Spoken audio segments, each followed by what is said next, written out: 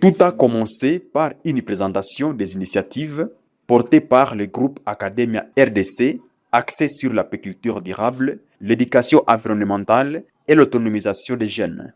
Active dans la zone depuis 2014, l'organisation a également mis en lumière les difficultés rencontrées sur le terrain, qui sont notamment les contraintes d'accès, le manque de moyens techniques, ainsi que les défis liés à la dégradation de l'environnement.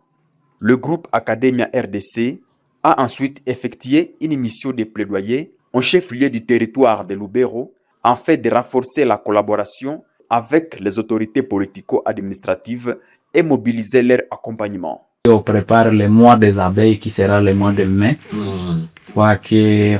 Toujours on sera en train de voir comment on peut organiser cette activité, soit à Goutempo, soit au territoire, pour qu'on essaie de mobiliser les acteurs autour de cela. Dans son intervention, il a insisté sur l'importance du reboisement et de la restauration des écosystèmes comme condition essentielle au développement de l'apiculture. Nous devons venir vers le père pour au moins essayer de solliciter que nous ayons au moins à mobiliser les acteurs et voire même booster la culture de reboisement. Parce que nous sommes dans l'environnement et avec les abeilles restent dans des reboisements et que vous voyez au territoire il y a un déboisement qui est excessif. Et nous devons essayer de voir comment appeler les communautés à restaurer encore nos écosystèmes. L'organisation a également sollicité l'appui des autorités pour faciliter la mise en œuvre de ces activités. Nous sommes partenaires aussi du gouvernement, on aurait vraiment sollicité l'apport et l'accompagnement pour que les attribucaires puissent aussi vraiment nous faire les accès spécifiques pour au moins essayer de continuer notre émission. En réponse, l'administrateur du territoire de Lubero a salué cette initiative. Il a encouragé les jeunes à s'engager dans l'entrepreneuriat. En vous lisant, apparemment, vous avez tendance vraiment à vous décourager dans beaucoup de choses. Non, moi, je ne peux que vous encourager. Merci beaucoup. Je peux que vous encourager vraiment. Quand actuellement, c'est la jeunesse maintenant qui est entrepreneur dans beaucoup de choses. Nous n'avons plus de fonctionnaires, nous n'avons plus de place dans la fonction publique ou ailleurs, peut-être dans l'armée, là où nous avons encore de place, comme de jeunes gens peuvent encore venir se faire recruter, ça va. Mais ailleurs, dans la vie civile, c'est un peu difficile. Mais vous êtes des gens vraiment encouragés.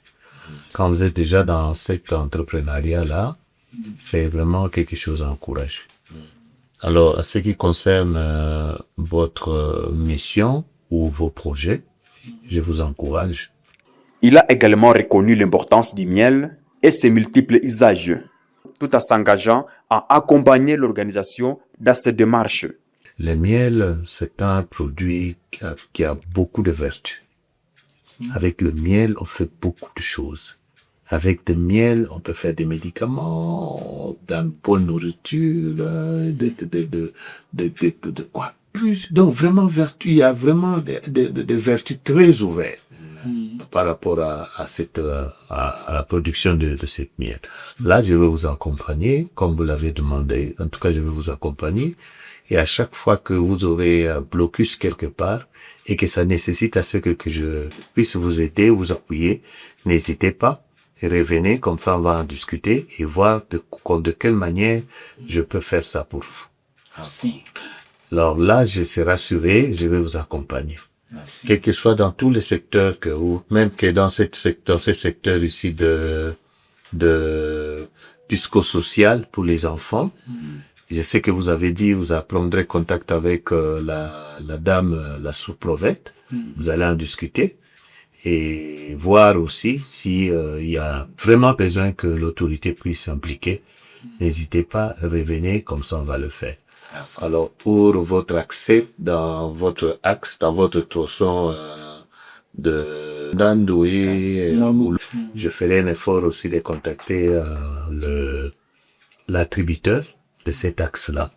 Comme ça on va essayer d'en discuter avec eux, voir de quelle manière on pourra vous aider aussi, vous accompagner par rapport à ces secteurs. Ces plaidoyers marquent une étape importante dans le renforcement du partenariat entre le groupe Academia RDC et les autorités locales en faveur d'un développement durable et inclusif dans le territoire de Lubero.